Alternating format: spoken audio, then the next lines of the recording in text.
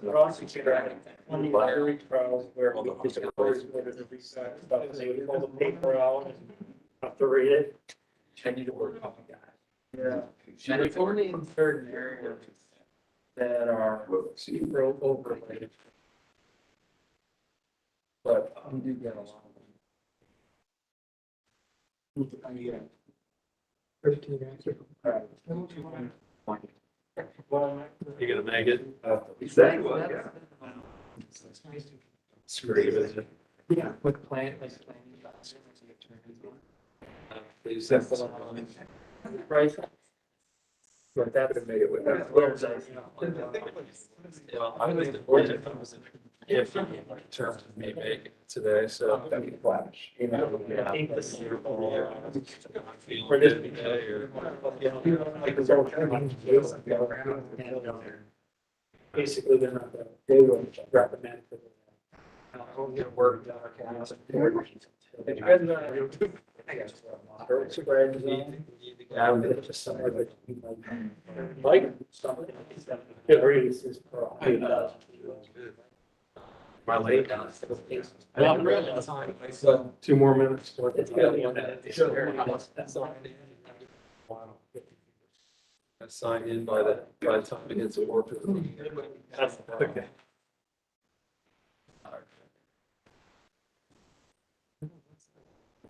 It's like a mile photo of everybody. Tony, are you ready? I am. I'd like to bring the February meeting of the City of Columbus Graphics Commission to order. Is there any preliminary business, Mr. Priest? No, sir. No preliminary.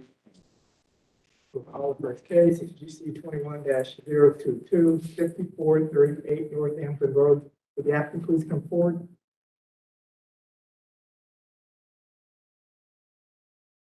Rachel, hold truth enough to so forgot. Would you repeat your name for the record and your affiliation to this case? My name's Brad Williams, here representing Thompson Thrift, standing up for Don. Thank you, sir.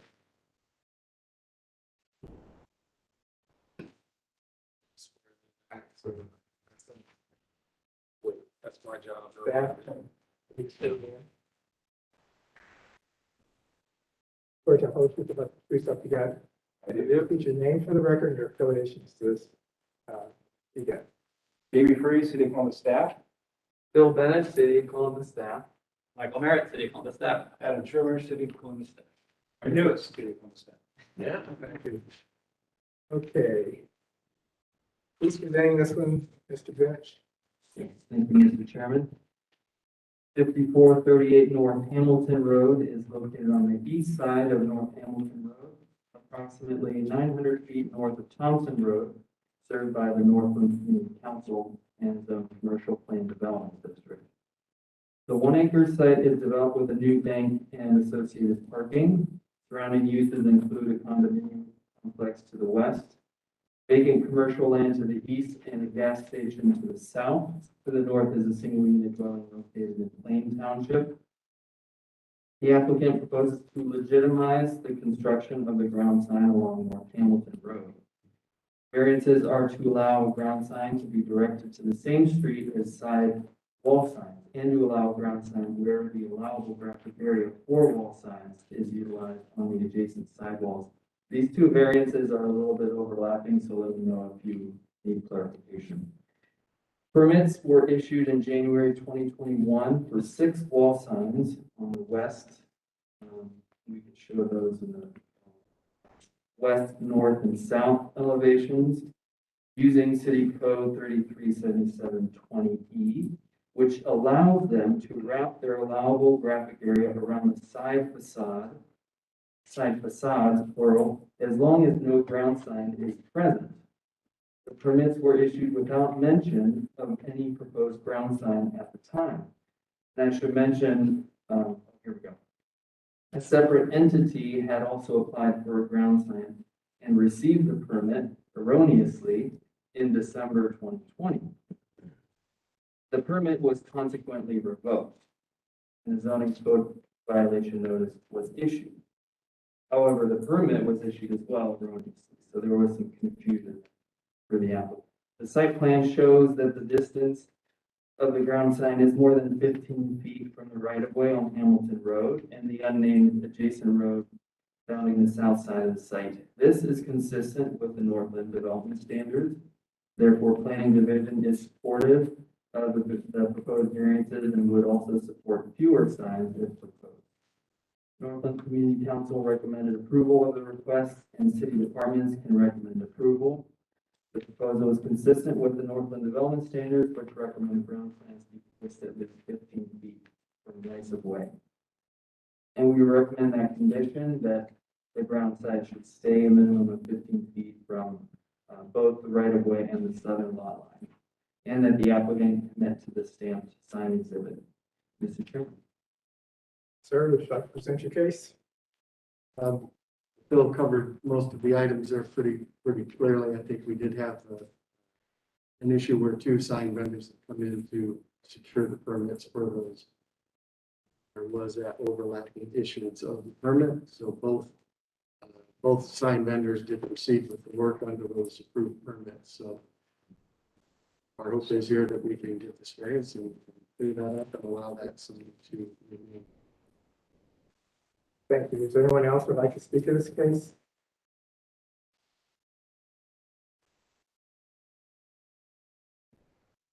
Thank you, Chairman. I have not yet, sir. I swore you in as you were. Yes, sir. I swore in, but would you like to please state for the record your name and your affiliation to the case? Yes, my name is Dave Paul. I chair the Northland Community Council Development Committee. Thank you. Go ahead. Okay, sir. Thank you. I'll be brief. Staff has given you the short form of this case. I appreciate the patience both of staff and of the applicant as we spoke with city staff and tried to figure out the best approach to sort this out. We were concerned that because of the confusion surrounding the wall signs versus the ground sign, that the applicant would potentially find themselves being cited again. So we want to make sure that the fix was really a fix. Staff assures us that it is. Our committee approved in December 1st, the application, or recommended approval of the application. Our condition was simply that they specify the subsections of the various sections in the code. They have done that, I see. We're also, I think, supportive of staff's recommendations in terms of conditions. So our committee voted 11-3 to recommend approval of this application. We're happy to see the applicant finally get this resolved. Okay, thank you. Thank you, sir. Any questions from anyone? What is your hardship exactly? Well, the signs both have been issued the permits and construction complete on each. So for the removal of the sign, there's probably nearly $20,000 to $25,000 invested in that sign as it sits today.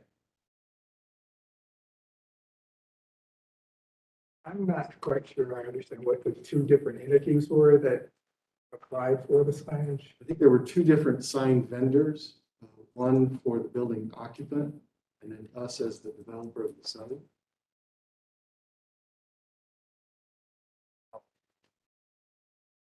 You have a question? Bank of America, I'll just clarify the more specifics of the permitting of the signs, the wall signs.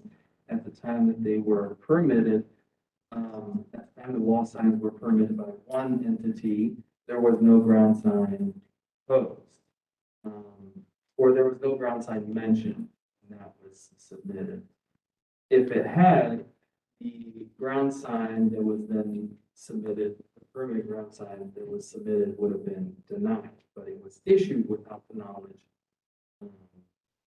of the wall signs as well. So the hardship, or you're kind of denoting, Mr. Vinich, is that the staff. I'm not addressing hardship at all. I'm addressing. So we're talking about, might not have been permitted this ground sign had it been included with the wall signs. Well, then did they not submit a permit for the ground sign before building it? Yes, they did submit a permit. They got approved for that ground sign. Both were happening around the same time. Permitting for the wall signs and the ground sign were very close together, but they were two different entities. And the ground sign was not mentioned in the wall sign permitting application. And vice versa. Yeah.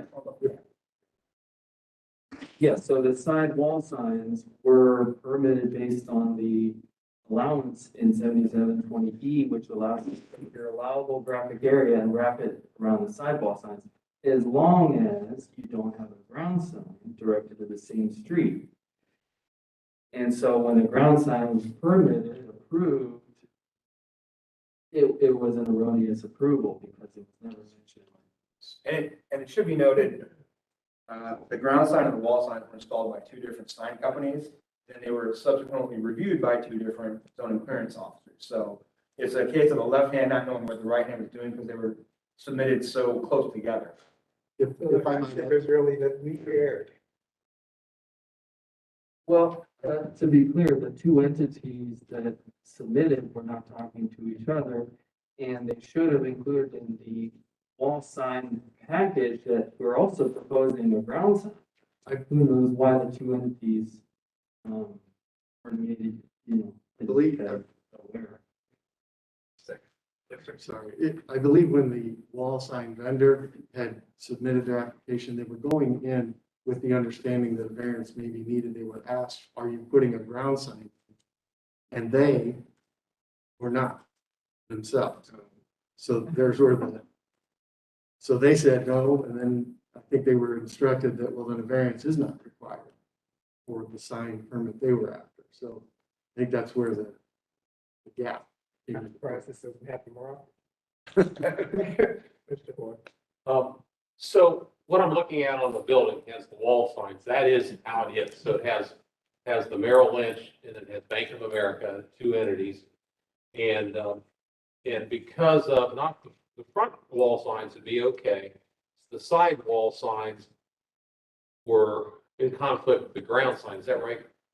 So, but isn't there, because there's no entrance on that sign, is that kind of it?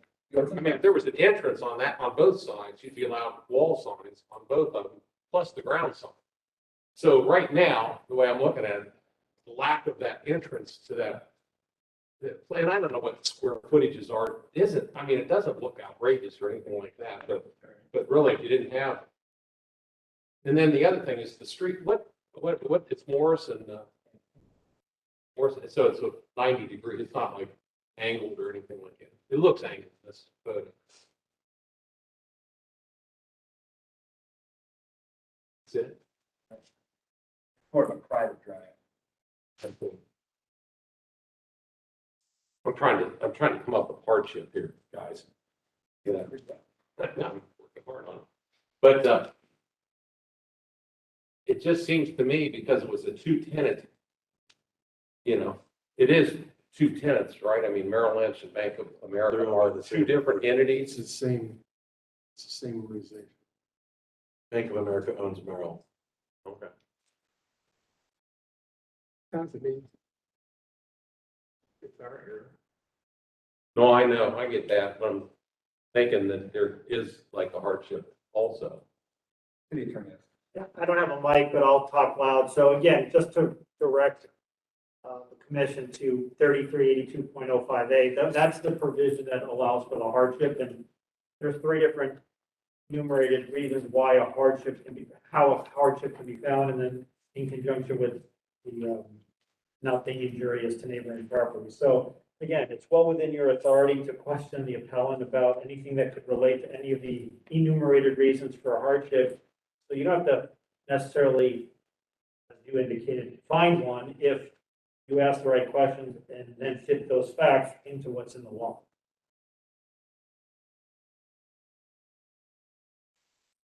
What was the code? It's 3382.05A that enumerates the rationale for a hardship, and it talks basically about special physical conditions, and then 1, 2, or 3, it can be any of those three plus number 4.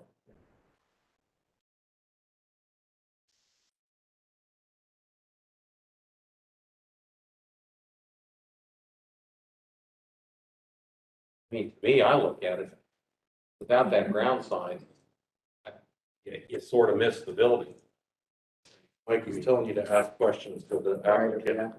Is Instead of it true testify. without the ground sign, is it true without the ground sign? That the probability of trying to find the location is diminished quite a bit. Right now, it's blanked out. That's correct. It becomes increasingly difficult to identify. As far back as that set, plus with the amount of travel in those lanes in front. So would you say the setback of this new building looks nice is a further setback? If we were up closer, you probably could have built it up closer, imagine. I don't know that for fact, but because of that setback, it was an important decision to have a ground sign. Is that true? That is correct. Their visibility to each of these businesses is key. And that strengthens that. Can you bring the picture back up? First, excuse me.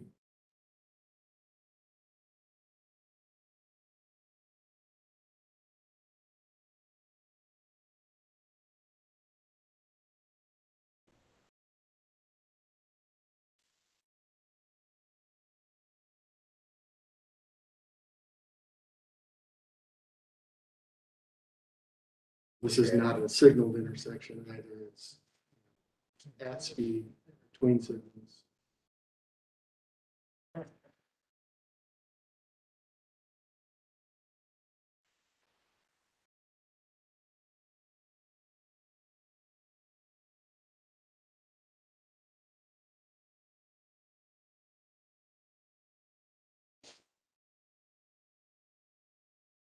That picture there. See, I mean, when I look at that, I look at the possible blockage of the adjacent property. Without the ground sign, you were really back, pretty far back. Yes. So maybe you can state in your words the hardship. Why do you think you needed that ground sign? Why is it a necessity or whatever? It was our decision to pursue the installation of a ground sign permitting for it due to the fact that along this corridor with this building setback, as far as it is to accommodate the demands for the site itself, the use of the building has created a difficulty to make that building easily identifiable and recognizable point of entry. So it helps strengthen that visitor traffic to come in off of the road to the building, considering its distance from the right of way. Jamie, I mean, if they took off the building signs in the front, then you wouldn't need a variance, correct? Correct. Now, just to be sure, so what Phil was saying was there is a provision in the code that says if you're allowed a certain graphic area in one elevation, you don't have ground sign, you can wrap them around. And that was the provision that allowed them to get the wall sign in the first place. Right, but if you could still keep the signage on the one side of the building and take it off in the front on the same side as where the ground sign is, and you would not need a variance. Correct. Yeah, you're referring to taking off the sidewall sign. Exactly. I lost it. I thought you were saying. In other words, on the side that the ground sign is here, I'm talking about the signage on the same side of the building. So technically, because the entrance is on a side wall, Oh, I see. the Technically, front, what we would consider the front, is actually the The side. front is whatever adjacent to the road, yeah. Right, so if you remove these wall signs here, these would be allowed by right, so. are you at any position to do that, sir? I'm not in a position to do that, and it seems confusing that that would be rescinded when it was a permitted install. But it wasn't permitted per code the way it should have been. Yeah. And we're having a little difficulty with the hardship for it the way it sits. Having not hired that vendor and do that install, I think it's difficult for me to speak to that. Would you like to modify your request at all, or would you like to table it or something and get further guidance, or? So the option is either take it off the side or remove the ground Hearing. But we haven't voted on anything, but I think that's the suggestion that you consider. Well, I mean, the third option is you leave them both in there and have a compelling argument as to why everything you have there is what you need in a hardship way, and then we vote on it.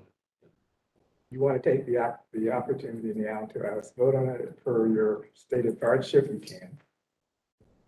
I would prefer to have a vote on the hardship as stated with the compromise visibility setback building.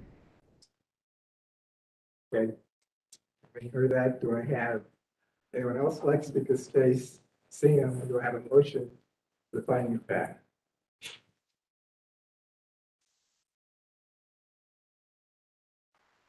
I'll make a motion to adopt as a finding of fact, the summary offered by staff as modified by the appellant statement to the extent not inconsistent with staff statement. I'd like to second that. In favor of that, you sign aye. Aye. Opposed? Guys have it. Can we have a motion based on that finding of fact for approval?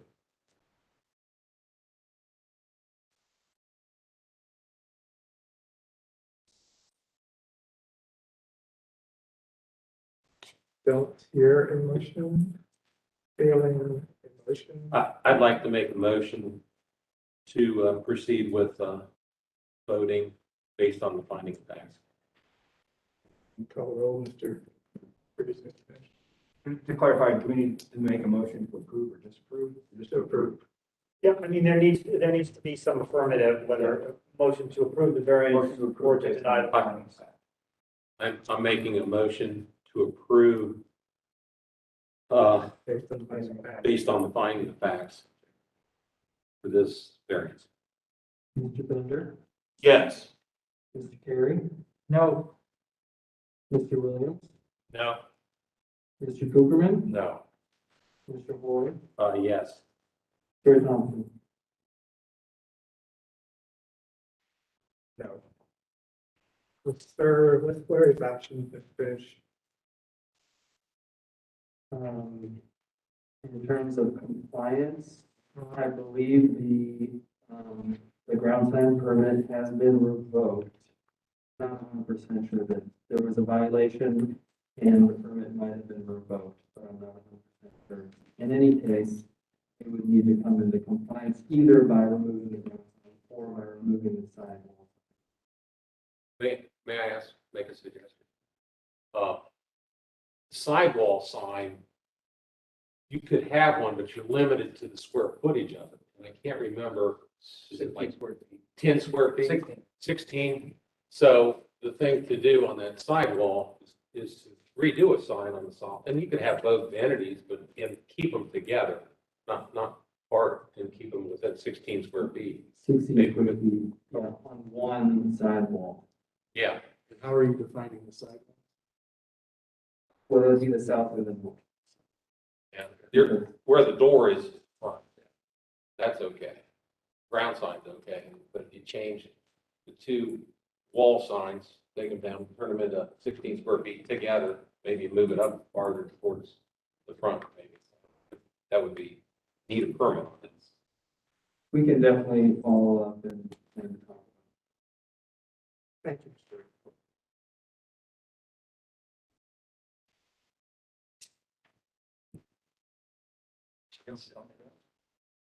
Next case is 21-0, 930 Hilliard Road. Could I ask you to please come forward? Mr. Chair, I'm confusing myself. Yes, sir.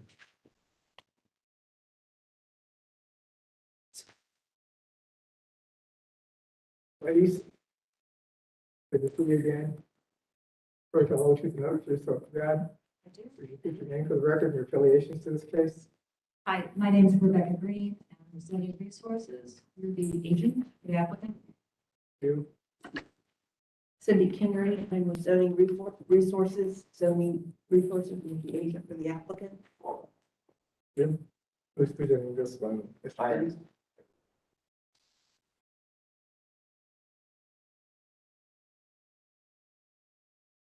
Okay, 930 Hilliard Grove Road is located on the east side of Hilliard Grove Road. 740 feet south of Fisher Road. Site is zoned CPD, Commercial Plan Development District, and lies within the far west side area. Proposal is to allow multiple banners, temporary signs, and projecting signs. As you can see in your staff report, it's broken down into what requests are temporary and what requests are permanent. This is not any different from the previous 6 or 7 sheets that have been before you. The Far North Area Plan includes guidance with regards to graphics, but does not speak to temporary signs. As such, staff has no comment on the temporary signs as requested. The permanent signs have been reviewed and staff has determined that they are generally consistent with the plan's guidance with regards to graphics. The Far West Side Area Commission recommends approval of this request. Staff can recommend approval as the banner and temporary signs will be limited. Staff can recommend approval of the permanent wall signs and the variances are negligible. We do not have any conditions and turn it back over to the applicant. Please. No? Oh, okay, I was just going to say, well, thank you for hearing from us again. This particular site is, if you could scroll to show just the site itself, is going to have, take right there. So here it is. You can see Roman Hilliard Road, which is a north-south road, at the bottom of this particular site plan. There will be a new road, which will be an east-west road. It's going to go alongside this particular Sheets location. The Sheets location here has, it will be facing that extension road. This particular site is very shallow and sits below road grade. And since the site allows the frontage to be along a new extension or service road, only the signs need to have variance in order to be seen from the main road, which is the Roman Hilliard Road. So because of the shallowness of the site and the site orientation, we believe that there's a hardship for the variances that are requested in the application. Are there any questions? These don't differ at all from our previous locations. They do not. temporary Or Not at all. is there anyone else who'd like to speak to this case? Seeing anyone? Can I have a motion for finding fact on this variance? Before you do that, will you just put on the record that Mr. Cooperman had to recuse himself? Did you not get that? It's okay, go ahead and say it again. Sorry if I missed it. Mr. Cooperman has recused himself in this. Now, do I have a motion for approval on this? I'll make a motion to adopt as a finding of fact the summary offered by staff as modified by the statements offered by the applicant to the extent they're consistent with that summary. Second, I will second. all in favor, sign of aye. Aye. Have it. Do I have now a motion for approval based on the finding of fact? Motion to approve. Roll call. Mr. Freed. Yes. Oh, do we have a second on the motion? Did we? Sorry. Oh, made second? Great, thank you. Mr. Carey, Yes. Williams, Yes. Mr. Hoy, Yes. Mr. Bender, Yes. and Terry Yes. It's approved. Thank you, ladies. Thank you so much. Mr. Commission and Chair, we do have another opportunity to discuss with you on GC 21-027 and GC 21-018. Both of these, we need to ask to extend the banners. Originally, we had them only going for 57 days. That was because the construction site had already been started for both the Sheets on Lyra and the Sheets on Bethel Go Down. We need to extend those to the original 180 days or what is needed from the time construction starts to the time construction ends. Is that something we can do at this point? Yeah, Mr. Chairman, this is typically something that would be a preliminary matter when we extend a commission order that I forgot that we were gonna ask for the extension. So notices don't go out, and this is not part of staff, formal staff report. It's just a matter of the board extending a previously approved. The reasoning was again, The construction has, originally when we asked, the construction had already begun. So we just needed it for 57 days. In both of these cases, the real estate transaction has to be, it was not, At this point, the construction was stopped because the real estate transaction had not yet finalized. So as a result, we're not in the middle of construction, so we would need a shorter time frame for that to increase. Now we're like starting all over, like to have the full construction time for the temporary signs. do I need a motion for that? Yeah, just a simple motion. If we get a motion, can I get a motion for extending the sites at Bethel Road and Lyra Drive Lyra, yeah, for 180 days? 180 days on both of them. Is that a total of 180 days or an additional 100 days? A total of 180 days, yes, sir. Okay, thank you. Do I have a motion? Yeah, I'll make the motion to approve as presented for the additional 180 day, or for a total of 180 days for those two sites specified in their testimony. And is there a second? Second. All in favor of the motion, you decide by. Aye. Opposed, motion carried. Thank you, ladies. Thank you so Thank much. you again.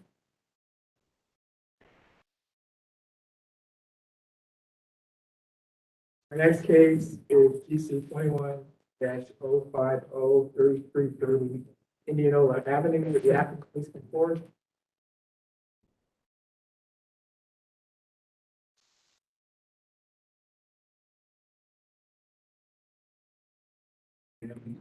Are you in?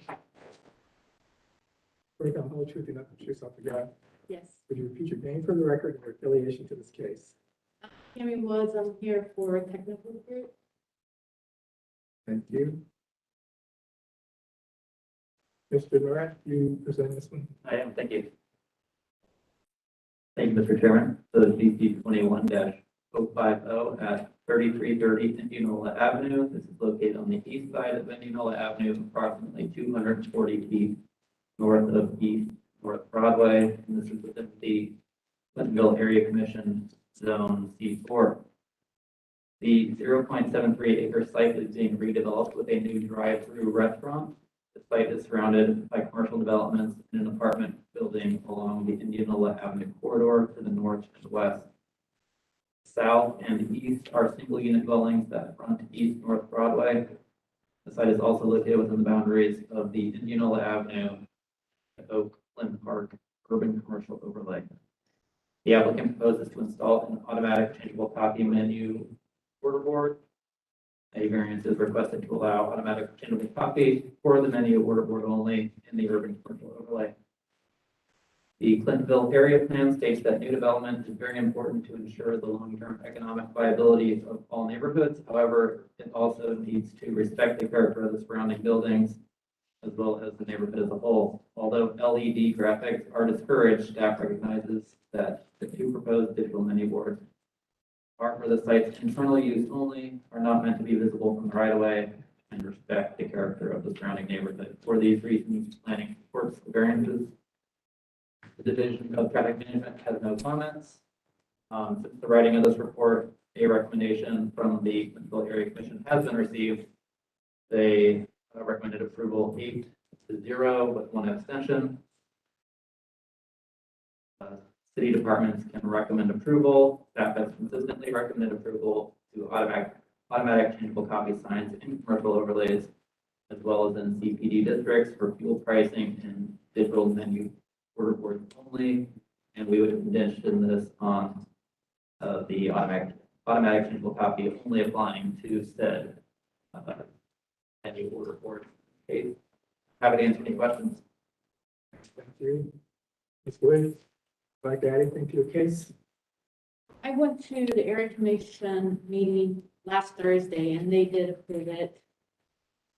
And they just wanted me to let you know that they adjust to be 15 decibels, which is above any ambient noise.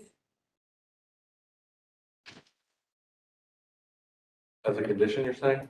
No, that's just what they let you know that it's not going, the noise isn't going to affect the area. Sorry, what noise from what? From the menus? Like the speaker or somebody? Yeah, yeah, yes. Yeah, I don't think that's really. Yeah, I've never been to one of these meetings, so. Any questions? Get a motion for approval or finding of fact in this case? Motion to adopt as a finding of fact, the summary offered by staff as modified by the statements by the applicant. Second, I'll second. favor, use the sign of aye. Aye. Opposed? Motion carried. Can I get a motion for approval of this per the finding of facts? Make a motion to approve the variance, to approve the application for the variance. Second, Mr. Bender, Yes. Harry, yes. William, Yes. Mr. Superman, Yes. Mr. Boyd, Yes. Chair Thompson. Yes, it's approved. Thank you. Thank you.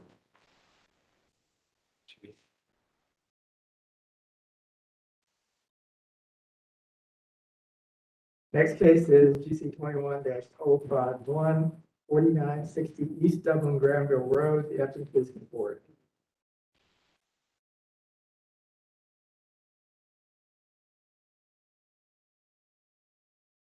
So, what else do with another specific? Oh, you got? I do. Would you put your name for the record and your affiliation with this case? Bruce Summerfeld, 527 Westwood Street, agent for the applicant. Thank you. Finish.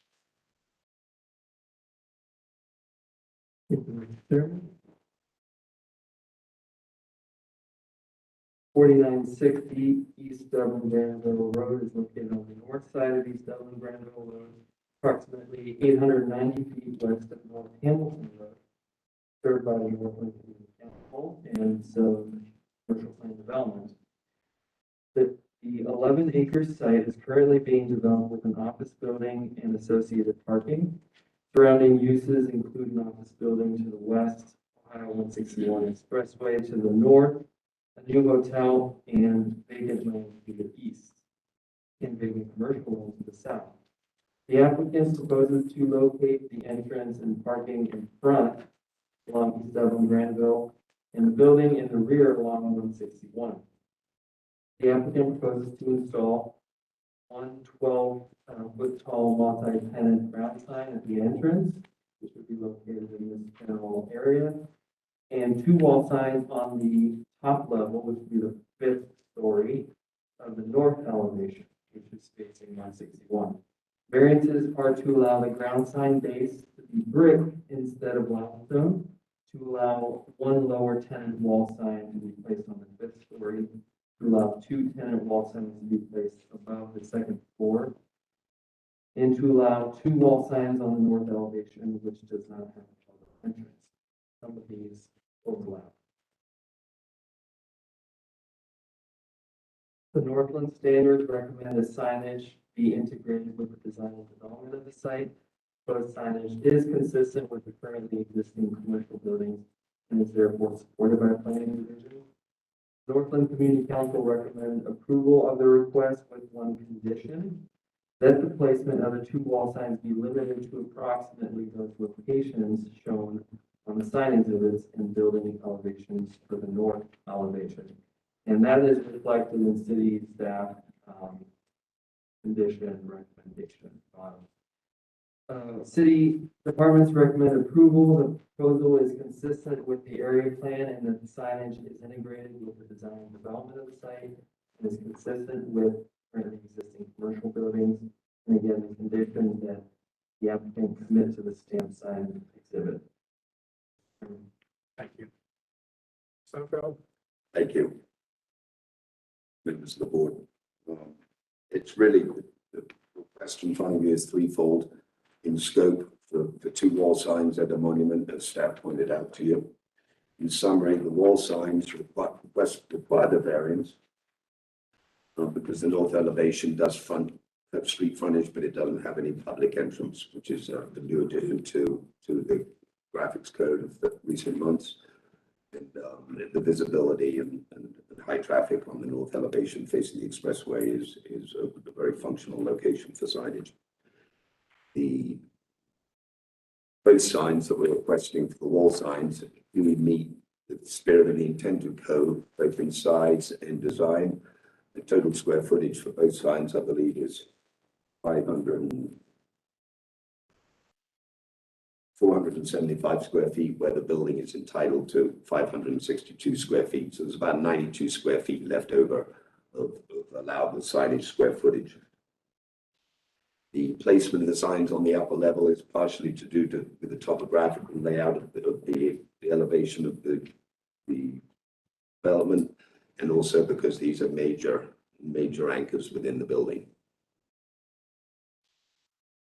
The ground sign request has been granted at developments directly across the street for the Hamilton Quarter development, which we have several monuments and pylon signs over there, all of which have brick bases and not the limestone base. So to remain thematic and follow previous variances, that was put into this request as well. Sign in placement, location, size, and design does meet the parameters of code. Summary to give some notification to hardship. The planning allowed the facility to be placed and located on such a parcel that offered shape and topographical conditions that are peculiar to the site, that's in turn led to this request for item number one. Item number two, this premise is unique to the immediate zoning area as a multi-office facility that requires functional visibility for identification, offered by the north elevation. Most existing facilities in the area are single-user facilities and don't require such identification. In order to achieve an expected reasonable rate of return, this variance is required, and the resulting variance will not be injurious to the neighboring properties and is a variance that has been granted throughout the city. Keeps the intent and the spirit of the code and will benefit to government services. We did go through the Northland Community Council and gain their support with the condition that staff mentioned, and the condition is very acceptable. Thank you. Is there anyone else who'd like to give this case? Chair Dave Paul with the Northland Community Council. I'll just make an appearance for the record to confirm that both the applicant and staff have said accurately reflects our recommendation. It is for approval. Vote was 15-1 in January.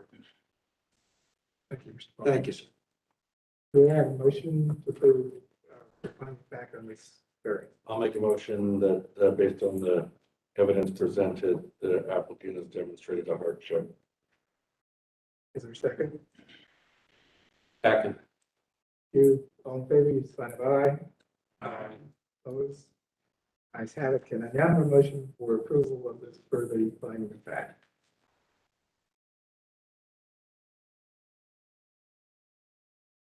Go ahead. Yeah. I'm going to approve the finding of fact. For approval for the finding of fact. And it needs to be approval of the variance based on the finding of fact. Sorry, yes. Got that? Tony? Okay. Tony's got it. I got it. Can we vote on this? Can we vote on this? Motion for a second. I'll second. Oh, I get a second. Mr. Carey, Yes. Mr. Williams, Yes. Mr. Cooperman, Yes. Mr. Boyd, Yes. Mr. Bender, Yes. Chair Thompson. Yes, that's approved. Thank you very much. The next case is DC 21-056, 2006, and 2020 Polaris Parkway. The applicant, please come forward.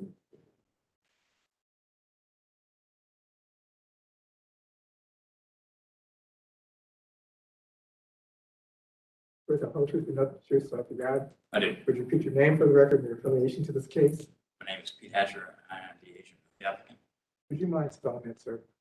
PETEHATCHER. Thank you. Who's presenting us, Mr. Dredge? Thank you, Mr. Chairman. 2006 and 2020 Polaris Parkway is located on the north side of Polaris Parkway, approximately 240 feet west of Bernie Drive, served by the Far North Columbus Communities Coalition in zone limited commercial. The 5-acre site is made up of 2 parcels currently being developed with a hotel on the larger and a restaurant on the smaller. Both properties would be accessed from the same entrance along Polaris Parkway and have connected vehicle access to properties to the west. Surrounding uses include offices to the west and north, a hotel to the west, retail and vacant land to the east, retail to the southeast, and manufacturing to the south. Larger site. Yes. The restaurant applicant proposes to install wall signs on the south, east, and west elevations of the restaurant, and an off-premises tenant panel on the ground sign near the entrance, which is shown labeled D on this site plan. 3 outback wall signs have already been permitted on the 3 elevations, and the applicant is proposing 2 additional, they're calling map signs, the map of Australia, on the east and west sides. Special permit is required for the off-premises tenant panel, and the variance is to increase the allowable graphic area in the east elevation from 41.99 square feet to 237, and the west elevation from 83.99 to 238.78 square feet. City departments, the Far North area plan states that wall signs should be compatible with the size and scale of the building facade and general streetscape. Signs should not obscure or interfere with architectural lines and details, and large commercial developments should utilize integrated signage rather than multiple freestanding signs along the street frontage. Staff recognizes that the signage being proposed meets these guidelines and plans supports the requested variances. Our North Columbus Communities Coalition approval, staff can recommend approval as the proposal is consistent with the area plan. The signage is integrated and compatible with the building facades and doesn't interfere with the architecture. Mr. Chairman. Thank you. Sir, would you like to add anything? Pretty much covered everything. I would like to add that the granting of the variance would allow for the business to be adequately represented with the restaurant design standard for all new locations. The layout of the lot and the restaurant parking impact the use of the land and the ability to design a building that has adequate signage. The walls are necessary for the business identity, and the map images are simply a design element. Are there any questions? Yes, sir, Mr. I have a stat, but the square footage associated with the map of Australia. So like down the road, this is a variance, down the road, something changes. Does that's, if you take that map off and they're allowed a certain amount of square footage and they want to put something else up there with like words or whatever, are they allowed to do that if we grant it like the square footage? They would unless you stamp it, which I'm not recommending. Oh, I mean, like this, like the 2 Australian maps. You're saying we shouldn't say like it has to be an Australia map or you got to come back to the graphics commission. Right. I'm recommending the approval of the square footage, and you can or don't, you don't have to stamp this exhibit, and I'm not recommending it as a condition. So the answer to your question is yes. Any other questions? Do I have a motion for finding back on the hardship for this application?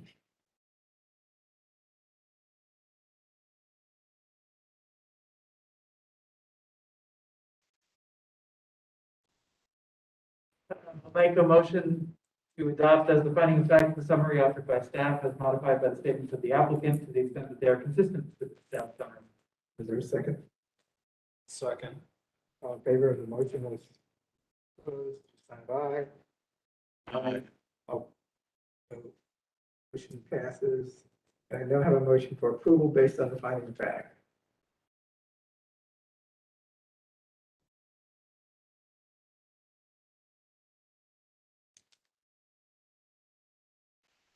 Anyone?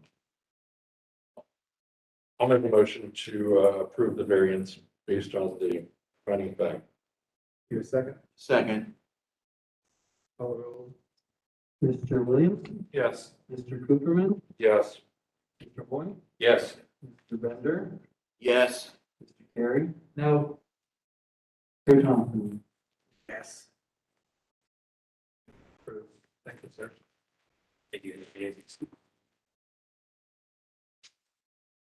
Is there any other business, Mr. Freeze? No, sir. I do have one quick announcement. We did get a new gas commissioner who will be starting in the next month. We got Augenstein, I think, in their office, he's an environmental consultant. Also, I want to say Phil Bennett and Michael Merritt will, this is their last draft meeting. They'll move into another section and Mike will move to another state. Good luck, gentlemen. Good luck. Thank you. thank you. I was like, gonna offer a last little bit of guidance as well, moving through like the,